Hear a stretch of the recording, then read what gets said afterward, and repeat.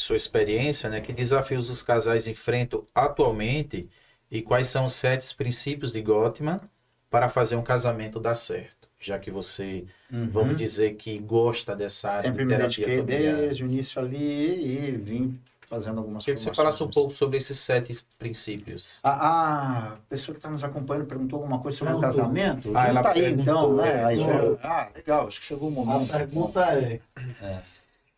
eu costumo escrever sobre as brigas que tenho com meu marido e não tenho ninguém confiar para conversar. Escrevo cada para mim mesmo ou para Deus, pontuando os pontos negativos. Isso é bom ou ruim? Pergunta rápida, né? Assim, para É. ela, assim, E pra- já é bom o hábito de anotar as coisas que estão acontecendo numa área da vida que você quer mudar alguma O coisa. nome dela é Rosa Franco. Ah, senhora Rosa, então já é uma prática que lhe dá condição de desenvolver habilidades como do automonitoramento, né, que é uma habilidade desenvolvida muito na abordagem cognitivo-comportamental, uma das coisas que nós desenvolvemos com as pessoas. E também aí, com a pergunta do Anderson, né, posso apontar que dentro do modelo Gottman há muita sugestão de anotação para o processo de psicoterapia, né? Embora não tenha uma formação específica como terapeuta do modelo Gottman, eu tenho a formação como líder do workshop dos 7 princípios Gottman. Acho que toda essa pergunta do Thiago tem a ver com um dos serviços que eu ofereço, já não como psicólogo, né, mas como líder dos 7 princípios Gottman, não necessariamente como psicólogo. Tá? Mas é da área da psicologia o grande interesse nas relações humanas. Isso é muito importante. Então, o que a senhora Rosa, né, deve estar enfrentando, né, assim, já posso dizer, é uma habilidade boa, agora convém desenvolvê-la dentro daquilo que nós sabemos que será útil. O Anderson perguntou sobre os principais desafios. Eu diria que são aqueles clássicos, desde que o mundo é mundo, de que as pessoas se casam. Né? Isso, em minha prática, eu destacaria pelo menos um deles. Mas poderíamos nomear pelo menos 8, que são comuns, que não são minha opinião, né? Não são só da minha prática, mas é comum para todo trabalho que se importa com os relacionamentos de casal.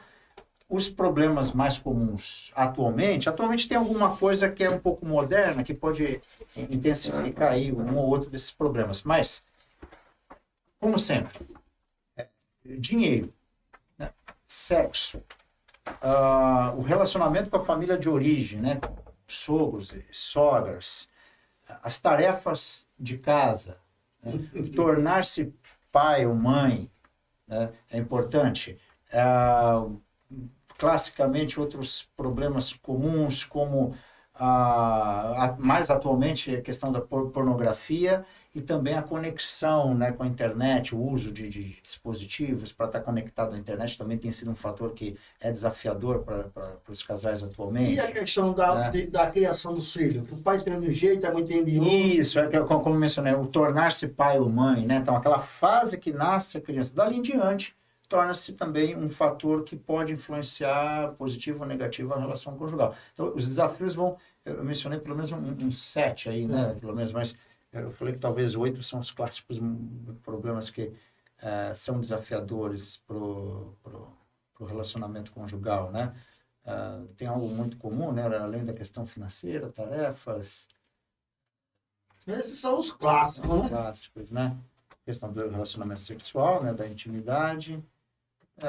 Basicamente isso. O mais moderno seria esse uso da internet e a pornografia. Eu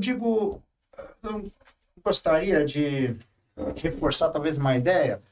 Quando as pessoas pensam em problemas, minha família, com meu filho no casamento, é o celular, é o advento da internet que estragou as relações familiares e tal.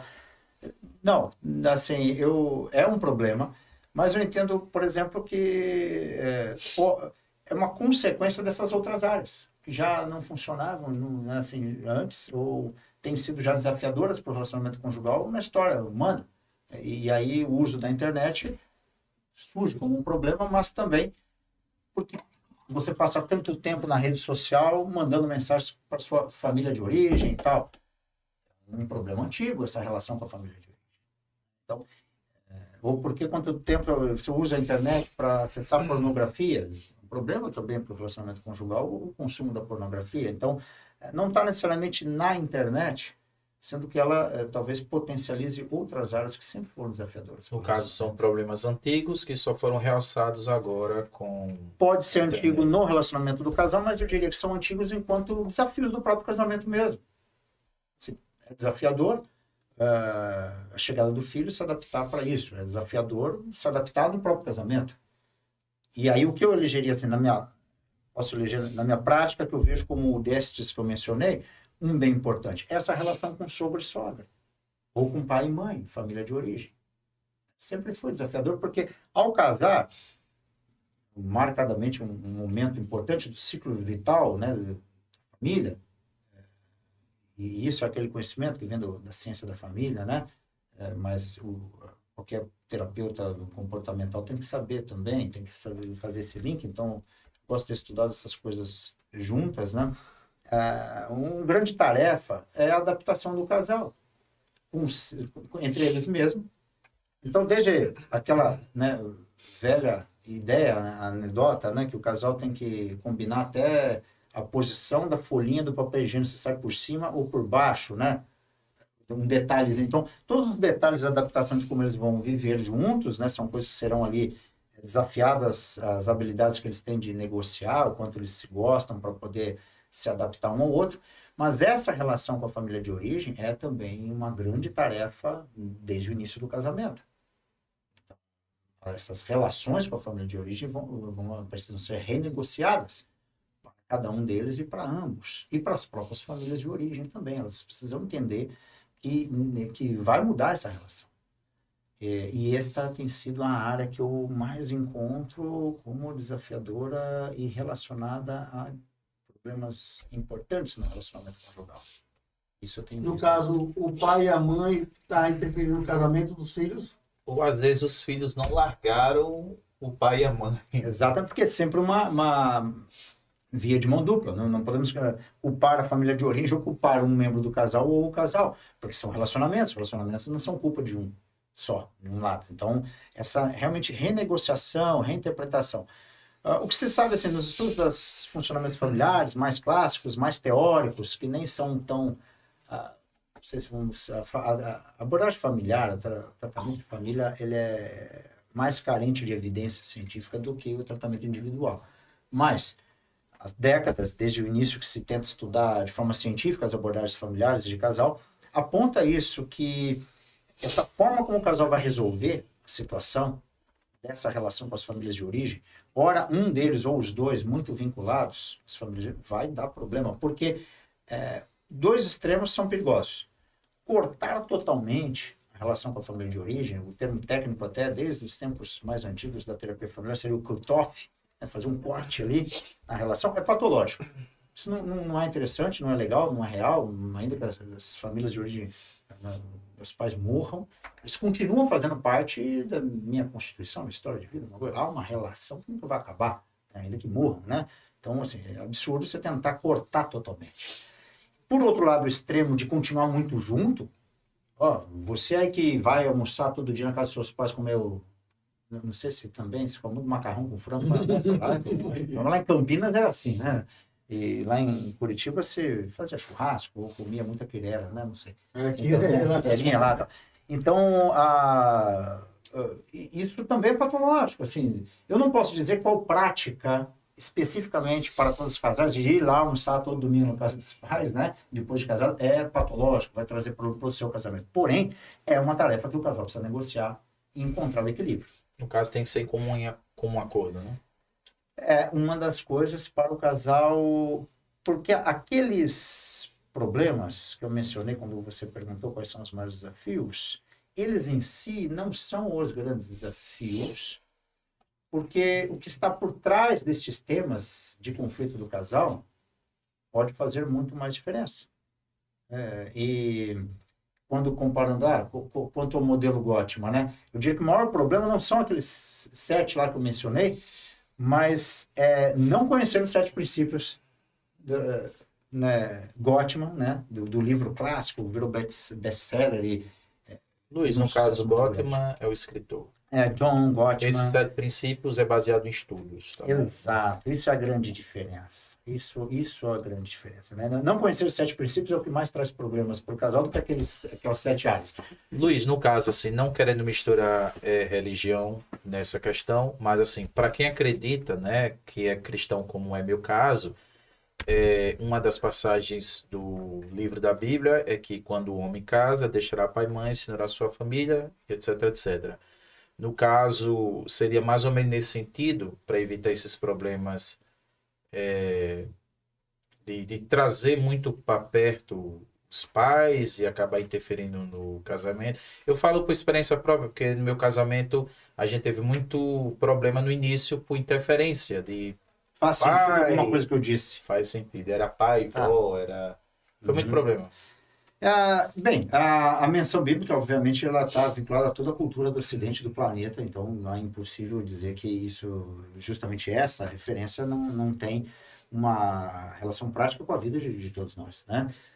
Há diferenças culturais sobre como resolver essa questão mesmo, né? Como colocar na prática, talvez, justamente isso que você mencionou, né? Quanto ao versículo bíblico que se refere ao casamento, né? E à união do casal. A maneira de resolver essa questão é que tem que ser bem administrada pelo casal. E os princípios Gottman, né, dizem respeito a isso. Né? O 5º princípio, né, sobre resolva os seus problemas que são solucionáveis. E o 6º princípio, superar os impasses na relação conjugal. Mencionei 2 princípios que vão fazer toda a diferença, por exemplo, para esses desafios e outros tantos. Luiz, você se incomoda em repetir novamente o 7? Sim, não, claro, eu falei só dos 2, né? O 5º e o 6º, né? Não, Deu a impressão que eu já tinha falado, que eu só retomando. É porque eu dei uma né? saída rapidão para pegar água ali, achei que tinha falado 7 já. É verdade, né? E os 7 princípios Gottman, né? Você perguntou, baseado em estudo científico. Isso é a grande diferença. Podemos dividir em 3 categorias, que são a amizade do casal, o modo como eles lidam com conflitos e os significados compartilhados que eles têm, né, para a vida.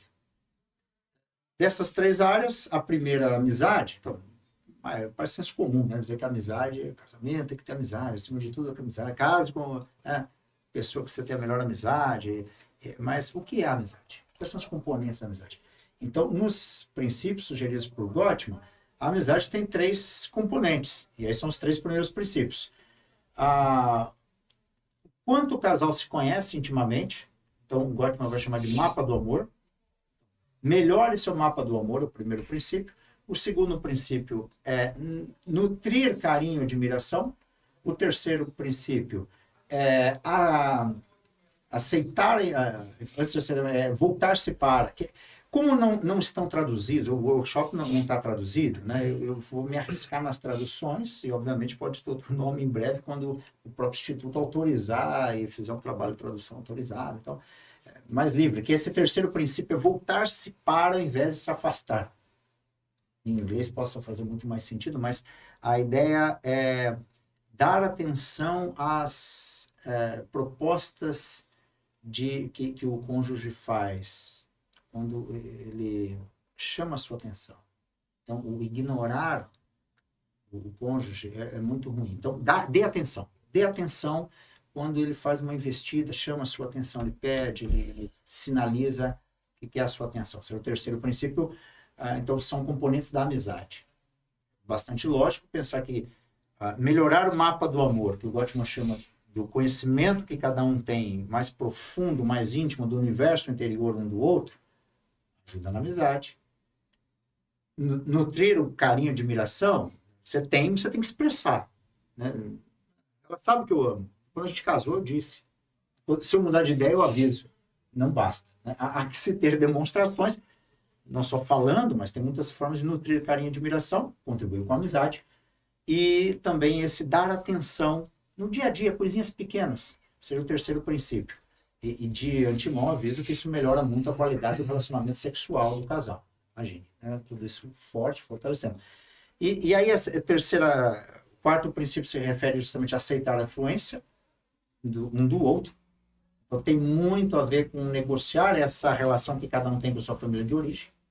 Porque cada um vem de uma família e tem uma ideia diferente de como poderia levar a relação com a sua família de origem. Eu não posso dar uma solução única, né, baseada talvez num versículo bíblico e dizer que o versículo está dizendo então que você tem que fazer isso a partir de agora, né, com a frequência de como você vai visitar a casa dos seus pais ou do sogro ou da sogra, né? Porém, existe um parâmetro, o casal precisa achar ali um ponto comum que seja saudável. Então, aceitar a influência, o quarto princípio envolve isso. Aí o quinto, resolver problemas solucionáveis. E o sexto é superar os impasses.